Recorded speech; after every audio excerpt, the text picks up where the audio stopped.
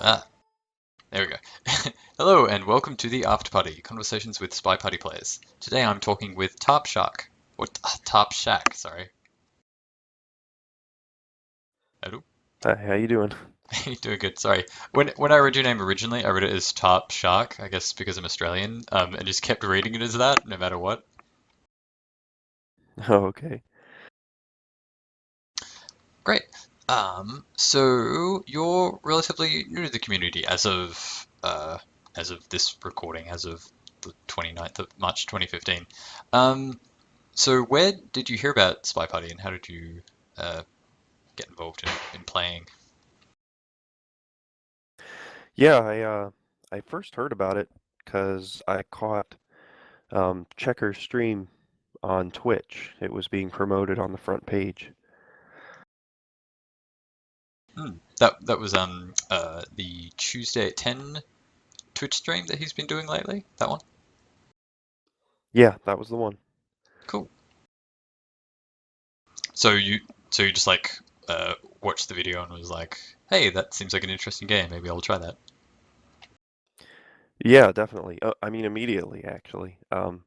It was funny because I do watch a lot of streams, but when I saw this one, it's like I couldn't even tell what was going on at first, but I thought that the gameplay looked really interesting. Now, of course, this was all on the new art, is what I ended up seeing first.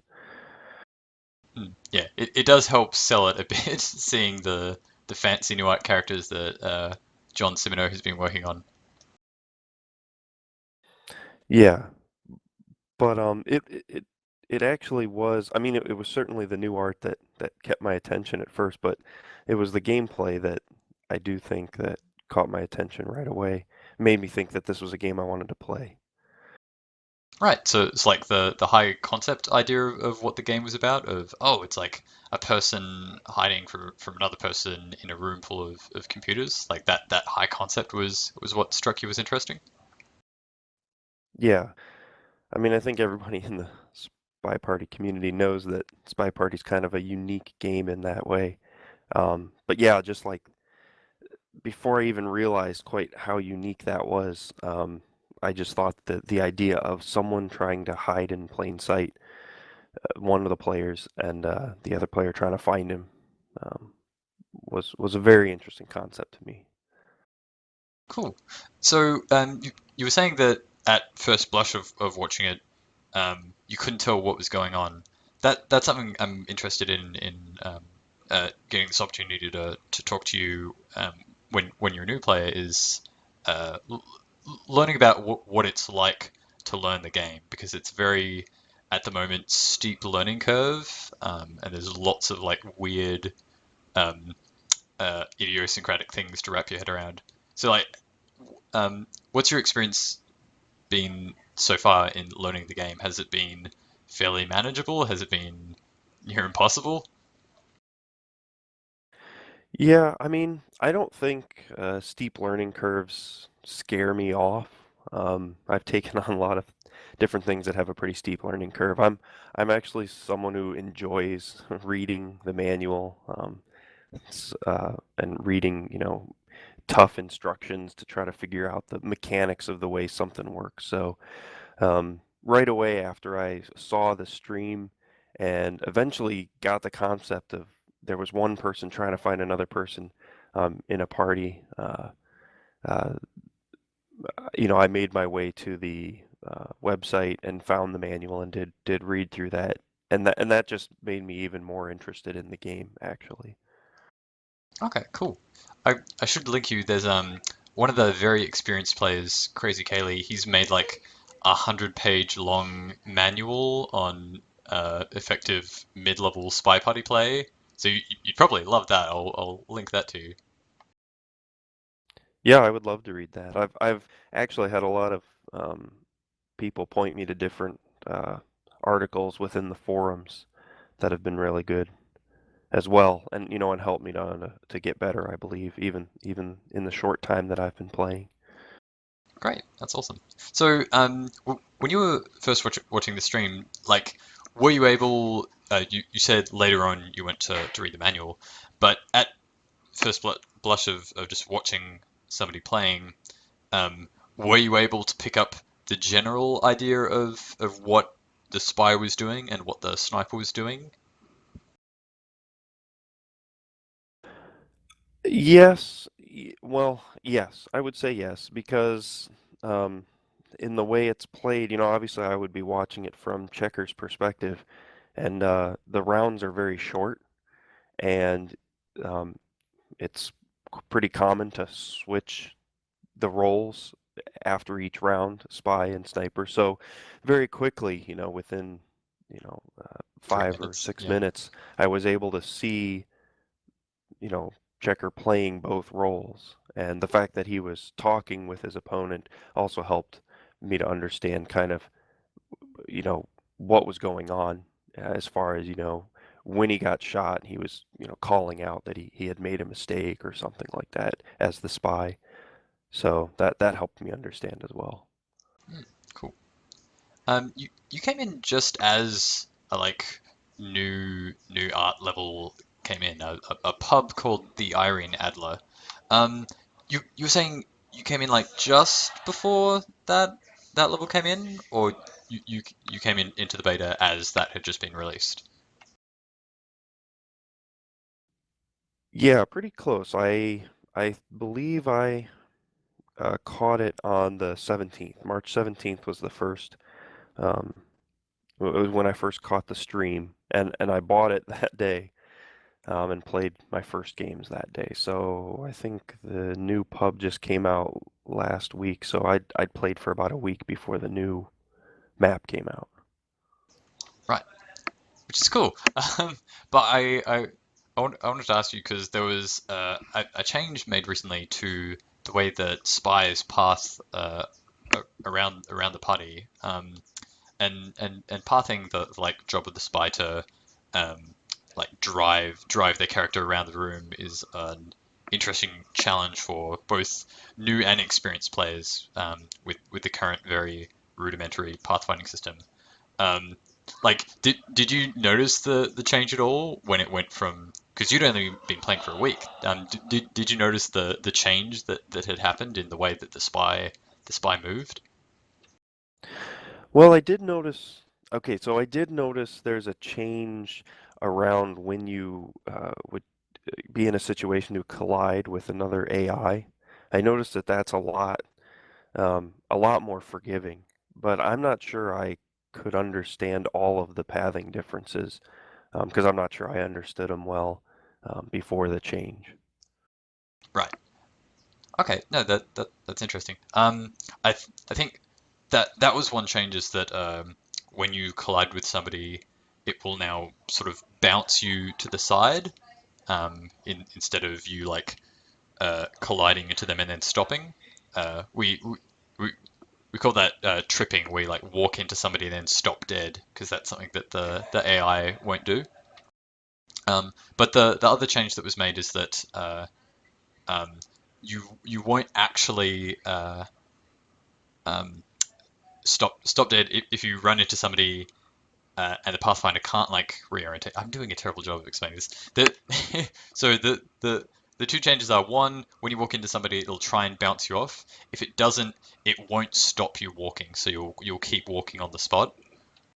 Um, and I'm like interested to know if this like new pathfinding system has been like more forgiving as you're learning the game. Like, do you feel like it's fairly easy to work with the current pathfinding system? Yes, well, as far as collisions go, yeah, I mean, I noticed that right away. Even with the short time on the old pathing system, I noticed that, you pretty much just hold down W and keep trying to walk in the direction you are, and it works your way through. I don't think that works with environment though. With what? With the environment. So like there's a on the new map especially I know over um, on the one sidewalk there's that tree and if you're trying to path in through there even though I've had a lot of success like going through the front door of the pub and if I'm running into people it'll help like bounce me through there. But Mm. if I run into an object or environment like the tree, then I still get snagged on that. Yeah, yeah, I've heard a lot of people saying that. It's a deadly tree at this point. It's like a choke point. Mm. Yeah, but yeah, I mean, as far as the pathing with the AIs, that change I think is very is much more forgiving to new people who who I did understand, because I had watched a couple tournament casts as well. So I was aware of the idea of high level people being able to bounce, but I had no idea how to actually execute it or what it should even look like. Mm. And that's something that sort of led to this change that Checker, the developer, was worried about. Was he didn't want walking to be too much of a micromanagement thing where you needed like very fast reflexes or something to do it. He wanted it to be something where like you think about it strategically and like making sure you're not like putting yourself into situations where you're going to like crash into somebody, but he didn't want it to be something where you had to have like twitch reflexes to move your way through a crowd. Yeah, no, I think it's a good change. Good. Yeah, it's uh an interesting consequence of that like um challenge for people when they're starting out and even like experienced people because the pathfinding system is just really tricky. Um, a like common piece of advice that gets thrown around is just sort of like avoid congested areas. So it's almost like if you're driving through an area, you want to like avoid somewhere where you could put yourself in the position for a potential crash, even if it doesn't happen. Right. Yeah, and I think that was, and probably still is, my what I attempt to do is just avoid those congested areas. But I think it's not always avoidable because obviously the AI aren't stationary. They're moving and changing places when you don't expect them to. Mm. Yeah, totally. Um, so how have you found the I'm trying to think what it's called Purloin the new mission Purloin can't talk today. Purloin guest list has changed a bit on this new map, where now there's a bartender, and you can uh, both immediately take the guest list, or you can delegate taking the guest list to somebody else. It's sort of meant as a testbed mission for this idea that will come in later, called recommendations, where the spy will be able to go and look at something and then come back to a conversation and recommend that thing to everyone else to uh, like uh, front load the sniper's attention with people going towards a particular object. So this this mission is a variant of an existing mission called Pearling Guest List, where the spy could take the guest list off the waiter's tray or get another guest to. Um, so that was me like front loading the description of Pearling Guest List just so everyone knows what we're talking about. But what have your impressions been so far of this new mission of taking the guest list at the bar? Does it seem like an interesting mission to you? Oh yeah, I mean I like it a lot. I'm not sure how balanced it is. Following up on the forum, what I like is that it gives you um, some good decisions, and I don't know, it takes away that kind of, I don't know what it's called, but the skill shot that accompanies most tests, where you're trying to either green test something or white test it, to Uh, make it less visible. So yeah, yeah. instead, you're just making a hard decision whether to take it now or defer it and try to send someone to the bar to take it later. Hmm. Yeah, that's a very interesting point. We call them action tests, and that's an interesting point you bring up. That so, so so you're saying you enjoy the sort of different flavor of the mission in that you don't have to worry about doing the action test to do the mission. It's more about like high level strategy.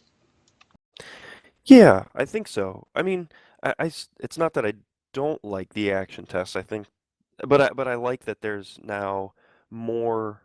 things you can do that don't require the action test. Like, Yeah. the easy fingerprint is something that you can get away without doing an action test as well. And so, with the new purloin, it's just a matter of a decision. Do you want to take the guest list now, or do you want to defer it as opposed to, the other one off the tray in the other maps where you're really green testing it to kind of pass on that purloin to the next guest that takes a drink.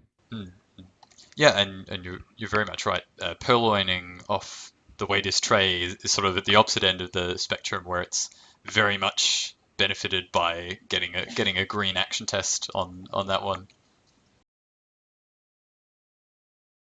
So yeah, that range of like of mission attributes is certainly something that's important. One mission that's gotten a lot of sort of discussion, partly from myself, but also from a lot of experienced players, is seduce target. A lot of people have sort of debated about whether it's like too easy for the spy to do, uh, be, because the sniper is overloaded with so many other things that it's like, well, looking for who's talking is uh, too much attention required for too little gain.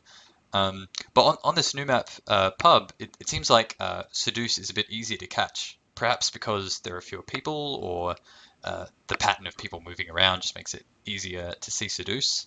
Have you had much success with being able to catch people on seduce target on pub? No, I don't think so. But I don't know that it's a mission that I try to catch as sniper because I'm not quite sure what to look for to catch that particular test. Okay, that's that that is something that is a challenge for a lot of people starting out. Not just for uh, general sniper play but being more difficult, but also for like when people start out at this game, uh, learning how to snipe is a difficult thing because you're sort of like training yourself to look at the room in a certain way, and there's like, just like lots of stuff. So I totally understand where you're coming from. That it's just like I don't even know how to do this mission yet. Yeah, I think that's where I'm at. I mean, people enter conversations and talk. I mean, it was just the last time we played where I believe you made me aware of the kind of the idle animations in a conversation circle, and those are the safe, times to leave the conversation, take a drink, Mm, etc. So I guess I'm not familiar enough with the animations inside a conversation circle to see when something is um, not as it should be. mm. Yeah, and like that that is a feature of what you described of like uh, leaving conversation or taking a sip. The safe time to do that is when you're in the rest pose, or else you'll do a snap. That that is something that Chris has sort of thought about, is maybe like a little too unreasonable. It's like this very uh, micromanaging sort of thing that the sniper, sorry, that the spy has to be aware of. So that is something that might like change in time to be more forgiving for new players. Like one suggestion he made was to have uh, more transition animations, so you could have like a walk away or a take sip um, animation that transitions from a different part of the um, idle animation. Okay. Does that make sense? I just said a lot of words. Sorry. No, yeah, that makes sense. I guess I was trying to process in my head if that's a good or bad thing. Because I mean, after you had caught me on that, that was a learning point for me, and I literally went into my next game and caught another new player for doing the exact same thing, taking a drink at an improper time, causing his character to snap, and that was a point where I could say to someone else, "Well, here's how you got caught." So I don't know. I guess it's one of those things where you have to decide if the complexity is too much or if it is what makes the game interesting and challenging to play. Yeah, that's a very fair point. So it it felt like it was worthwhile to keep in because it was an interesting thing to watch for. Well, to me, yeah. I mean, well, because now I do watch my character a lot more closely in conversation circles to try to move and take sips at the proper times. I was just practicing the other day with that as well, because with the new art, I noticed a lot of them have different idle spots. Like I was having a real hard time in practice figuring out where I don't know his name, but the colonel, or the general's Hmm. where his rest animation was, because every time he took a drink, it looked like he kind of snapped, and so I was trying to determine what was actually the proper spot Yeah. to do that. No, that's a fair point. One rule of thumb I use is when you do take a sip, their their free hand will return to to where that rest pose is, and so you can sort of look at that and go, oh, okay, so he's like holding his hand clasped to his waist. So that's like the pose to keep an eye out for is when does the general hold like one or both hands in front of his waist. And you can do that for all the characters. You go, okay, when I like take a sip or exit convo, like what pose does the character snap to, and remember that pose. Right, yeah. I guess I was just contrasting it between I haven't played very much on the old art, but it was my understanding that the old art characters had the same animations, and that's something Hmm. that's different with the new art, is that they have different idle animations and drink animations and so forth. Yeah, yeah. That that that is a concern that I've had is that people just starting out like yourself that having more animations means learning to play the sniper is a steeper learning curve. Um, but you haven't you haven't played much of the old art, so I'm like not sure if we can do like compare and contrast. Um, when like I don't know, say have you played much of the other two new art maps, High Rise and Modern? Yeah, I mean I played a ton of High Rise because that's the beginner map, so I've played a Oh ton yeah, of that. yeah. So on that map, when you were starting out as sniper, could you tell who was talking in conversation? Yeah, I think it's pretty easy to tell who's talking. Okay, cool. That's because that's one thing I worry about sometimes is like, oh, like is it too hard to tell apart someone talking from not talking? Because they're still moving about and like leaning side to side when they're listening to people in their idle animation. Oh, right. Okay, yeah. Yeah, and like you said, I haven't played as much on the old art, so I don't have that comparison point. Right, but what you're saying is when you were starting out as sniper on beginner high rise, it was still something that you could tell by a glance. It's like, oh, okay, that person's talking, that person isn't. I think so.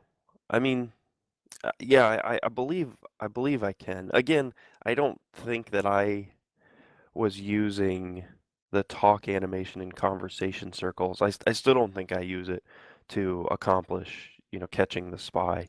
Right. Even on like Contact Double Agent, I more often use that now to low light people who are not in conversation circles at all versus trying to catch the people who are talking. Hmm. Yeah, and that really that's often more of a safe bet because if the spy happens to get a green action test, then they won't even play a talk animation. So a lot of people kind of just ignore who's talking and will go, oh, okay, well, I'll just assume any person in conversation could have been it. And I'll just lowlight all the people outside of it. So no, that sounds like a good plan, a safer bet. Yeah, well, and that's interesting because I used to try to highlight people in conversation circles, but that didn't work out for me at all. Hmm. I mean, highlighting people in conversation is still a useful strategy. It's just I don't know if you ran into this starting out that like you might get to a point where you just highlight two-thirds of the party and you have no like discernment of who is a real suspect and who isn't. Yeah, yeah. At least for me, it works out better to try to keep my highlights low. So even I Mm, don't highlight everyone that I suspect. I usually do it because they did something that I want to make sure that I'm paying attention to them if they're doing other suspicious things as well. right. Um, we kind of got away from Seduce. I want to talk a bit more about that. So, like at as sniper, you can tell who's talking in conversation, who isn't. What like at this point, do you think you have an idea of how to watch Seduce as sniper? Because you were saying before it's something that you were like struggling to learn. Um, I'm not sure. I guess I understand the idea. Trying to find, one of the characters, uh, getting cozy next to another character a couple times and talking would be the way I would guess you'd catch A Seduce? a seduce. Yeah, but I, like I said, it's not something I'm currently watching for, so I don't know if that even works that way. Hmm. No, that's interesting to hear. Um, yeah, I like trying to think of what it is that I or other people look for, because and you know how to accomplish it as spy, right? That there's an action test for it, and um, if you click a green, you get more for it. If you click a red, the person will leave. Yes, yeah, I know how to complete the seduce, and it always Right, feels like a fairly easy one to get away with. right, because uh, like other snipers, as with yourself, have trouble finding finding evidence for a seduce. Yeah, I would assume that's it. Assume the seduce. Yeah, so I think the major challenge with it is so the spy can seduce their target on any shared pad. So the sort of general thing you're looking for is a guest entering um, like following a particular guest around, and that can be tricky to see on particular maps where there's a lot of people or a lot of pads that have a lot of people on them, and so there's like many different opportunities for any one guest to seduce another. And I assume that's like the like main challenge the people are having in like uh, learning how to look for it as sniper. Yeah, I guess, yeah, it just feels like a lot of information to hold on to because it feels like, at least from my perspective, that a lot of the characters are entering into conversation circles again and again, um, and it just seems like it would be really hard. I mean, I guess if you, as the sniper, knew who the seduction target was, then that would make it an easier thing to track, like who's entering into that conversation circle and who's trying to get close to the seduction target. But I feel like if you don't know who the seduction target is, then it it's something that's really hard to even try to keep track of. Hmm. One I I guess the sort of like main thing snipers will try and do is they'll try and pair possible seduction targets. So they'll go, okay, I knew this person was talking to this person, so I'll try and remember that if I see these two people together again and that same person talks. Um, it will change a bit in time because what will eventually be added is people will talk at non-conversation circle pads. So at sorry at windows, people will talk when they walk up next to each other. So that will hopefully help a bit. Do you think that will help with it? I I would assume so because then you at least know who is talking and who isn't. Like if someone, if two people who you suspect are flirting with each other, both walk to a window and only one of them talks, then you know that the other person couldn't have seduced. Oh, okay. Yeah, I guess I understand that. Because that's also the other challenge is that um, the spy isn't restricted only to flirting in a conversation. They can do it at other places. So you might not even even if you're watching all the people who are talking, you might not even catch the spy seducing elsewhere. Oh, that's interesting. So wait, you're saying that the AI won't talk outside of a conversation circle, but the spy can seduce? Oh, And so that is that. yeah. So, sorry. So in the current game, people only talk in conversation circles. Eventually, they're going to add talking animations at window pads, where people at the moment just stand looking out at the abyss or checking their watch. So other characters will talk at windows as well, but if um, the spy wanted to flirt their seduction target at a window, they would have to be playing a talk animation to do that as in conversation. Whereas currently there is no like animation tell if you're flirting at a window. Oh, okay. Yep, I understand now. Yeah, so hopefully that will help for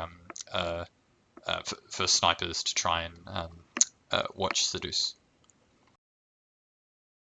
Yeah. Again, I think it's at this point for me, it just feels like a lot of information to keep track of, especially depending on how many missions are available. Um, and it seems to take a lot of mental space for something that seems a lot less certain. Like, comparing that to like something with a hard tell, like statue swaps or something like Mm, that. mm. Yeah, and that's I mean like m maybe that's not a bad thing. Like I don't know, maybe it's not bad to have like a mission that you have to be like more experienced to get related to other missions. Like maybe players will adjust. Um, because like trying to think like was the I'm I'm just going to assume here that like the first mission that as sniper you kept an eye out for was swap because it's like I know what the statues look like. I can tell when a statue is swapped. Yeah, I mean, yeah, that one and transferring the microfilm have really easy tells. Yeah, so I don't know, like maybe it's okay to have like okay here are like spy missions that the sniper when they're at beginner level can sort of set their attention towards, and then like later on they can focus on seduce and get it. Yeah, I agree with that. I mean, I think that it's entirely possible for people to catch seduce. I just don't think that that's something that's it doesn't feel as worthwhile as tracking other things because everything takes mental space, and eventually I start, forgetting Yeah, why I'm tracking one person or not. And if I tried to add seduce to that at that point, I don't feel like it would be enough of a return on that mental investment for me at yeah, this yeah. stage. So uh, you're you're you're you're you're kind of like plotting out in advance, like okay, this other stuff is where I need to like focus my learning attention, and then I'll like get to that later. Yeah, yeah. If provided I can keep getting better and I can get to where tracking the other things takes less of my attention and mental energy, then yeah, I would love to add as many, as tracking as many of the missions as possible. Awesome. Um, we've been going for about half an hour now. Is there anything in particular that you wanted to talk about as a subject of the game, of like a particular thing you're interested in Spy Party? You mean like any questions I had or just Well, yeah, like any particular part of the game that you like want to talk about. um I think I've heard other people talk about this before, but um uh, I did want us to talk about kind of the accessibility of Spy Party, um, because we've been kind of talking about how it feels to a new person, and there's a for the new player, it's a high learning curve, to read the manual and kind of understand all the nuances of uh, of Spy Party, and so it can be a little difficult. But at the same time, uh, and maybe ironically, the game I believe is a very accessible game to even to people who I don't think traditionally play, like your standard video games. Mm. Yeah, I would totally agree. Have you tried the experiment of like playing the game with your spouse or friends who don't play video games? Yeah, well, I mean that's kind of why I brought it up. I mean, right away, I mean, I play almost all my video games with my brother. And so immediately once I found it and downloaded it, I said, "Hey, I got to show you this game." And before I even explained it, he was like, "Oh yeah." So he bought a copy, and we played it. And we actually streamed it, which was an interesting Oh, cool. experience. Because actually, I believe Drawn Onward joined our stream, and so he was actually like help like talking to us as we were Mm. playing as new players, like kind of helping us out. But what was really cool about that is we then had, something that I could show my dad, and I mean, he doesn't typically play video games, but he was interested enough in the game and the concept, and in his words, it was something that he felt like he could actually play as opposed to, games that require a lot more speed and hand-eye coordination, like Call of first-person Duty. shooters and stuff. Yeah, exactly. And so I thought that was really cool that he could see a game like this that he was interested in and felt like he could actually play with us. Um, and that's something that's I think is very unique to Spy Party compared to other games. Yeah, yeah, and I can easily imagine why, because it's, people in a room. It's kind of like more more attractive as of a setting to people who who don't who don't have an interest in what we think of as more traditional video games, or more like stereotypes of what a video game is. So yeah, I can picture that. That's cool. It's good to hear. Right. And it's not a like what I would consider like, the social or well, I mean it is a social game, but not like the casual games. Yeah, yeah. That there's it it's interesting that you describe it as a social game, because it like a game like Spy Party that sort of breaks lots of genre conventions is kind of funny, because you could say, well, what sort of a game is Spy Party? Oh, well, there's lots of people socializing, so it's a social game. It's like, oh, but not like, what we call social games. It's like, well, it's also like a stealth game, and it's like an action game and a strategy game, but it's not like any of those um, things that we typically associate with those words. Yeah, it certainly feels like a very unique kind of game Hmm. with a lot of room for. I mean, I think the steep learning curve and the I just find it so interesting that when I read the forums, I can see like the level of complexity and the depth that the game already has to it for people to grow and get better and learn. That's really interesting to me. Yeah, awesome. So, have you yet gotten your dad to sit down and try playing? No, he's a read the manual kind of person as well, Ah, okay. and he's read the manual. He's watched the I guess older at this point, but still kind of helpful introduction video that Checker put out, um, and he's practiced the sniper side. He still wants to get a chance to do practice on the spy side before we play, but Yeah, that hopefully we get to play soon. yeah, that's the tough one of being like, okay, you have 3.5 minutes to steer your person around this room full of moving objects, and complete a complex series of maneuvers while someone outside is threatening to shoot you. That'll be the trial by fire for him. Yeah, definitely. Well, and I think that myself included, I miss pads all the time. It's still hard for me to move around properly in the space. Hmm. Yeah, I mean, there's lots of sort of small details to the game that will hopefully get polished up over time, like reworking the user interface so that it's a bit more readable, and things like that, or the the floor pads, as you're mentioning, people miss a lot. Yeah. Well, I think, in the manual, the checker had it right that it really helps to play people of your skill level because I've had the opportunity to play both really experienced players as well as new players like myself, and when you miss pads against new players, snipers, it just feels a lot easier to just kind of pause and then take off again and get Mm. away with it. Yeah, because they're missing stuff on the sniper end all the time, of like not knowing the exact way people are going to be moving about, etc. So yeah, that's good to hear that that it's still balanced at the beginner level. Yeah, that made me think of one other thing if we're not out of time yet. No, go, please do, all the time. Well, this is it's funny to me because I feel like the play decisions are different when you play against a new player versus an experienced player.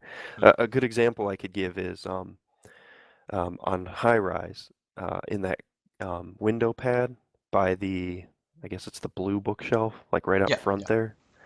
There's a plant, and the window pad actually goes over into that plant. So AI will um, regularly, it feels like, walk up and stand in the plant, which looks very odd for a person to do.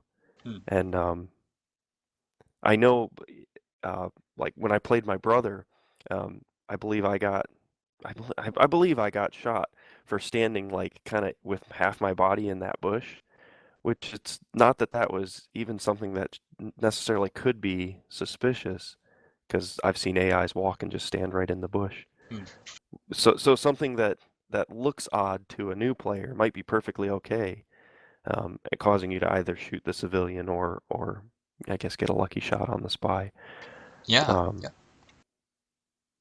No, versus something that if you were playing I guess a higher level person that kind of knew the behavior of the AI, that particular activity wouldn't raise their suspicion of you. yeah, and that's something that I feel is like an important observation to make as a player to realize like, oh, it actually kind of doesn't matter what the actual like quote unquote right thing to do in this situation is. What matters is what my opponent thinks the right thing to do is. So it makes it a bit softer, especially when like say you're an experienced player playing your less experienced brother. You have to think what will he find fishy, not what will an experienced player find fishy. Right, right. Yeah, that's a good observation. That will be a good uh, like guide to live by as we all get better. Is oh, it's not actually the hard rules of what is and isn't a tell. It's what's my opponent think is a tell. Because then like you can do whatever you want so long as the sniper isn't looking. You can turn on a dime, like cut idle animations all the time, Yeah. so long as they're not looking. All right. Um, cool. Well, thanks, tarpshack, not tarpshark, very much for coming onto the show and telling us about your experiences so far with SpyParty. Yeah, thanks for having me on. I was surprised being so new to the community. Oh, you were surprised about. Oh, Sorry, just what? to be to be invited on a podcast Yeah, about yeah, no, Spy it's Party. always trying to hear from different people because that's a concern I've had is that this show would be too much with experienced players because it's like harder to find newer players um, willing to take part in a talk show, and it's like generally sort of harder to find common ground to talk about because their experiences with the game are very different. So no, I'm very grateful that you came onto the show and shared your experience. This is Yeah, I was glad to. And I think it's a testament to the community. It's one of the best gaming communities I've seen in a long time.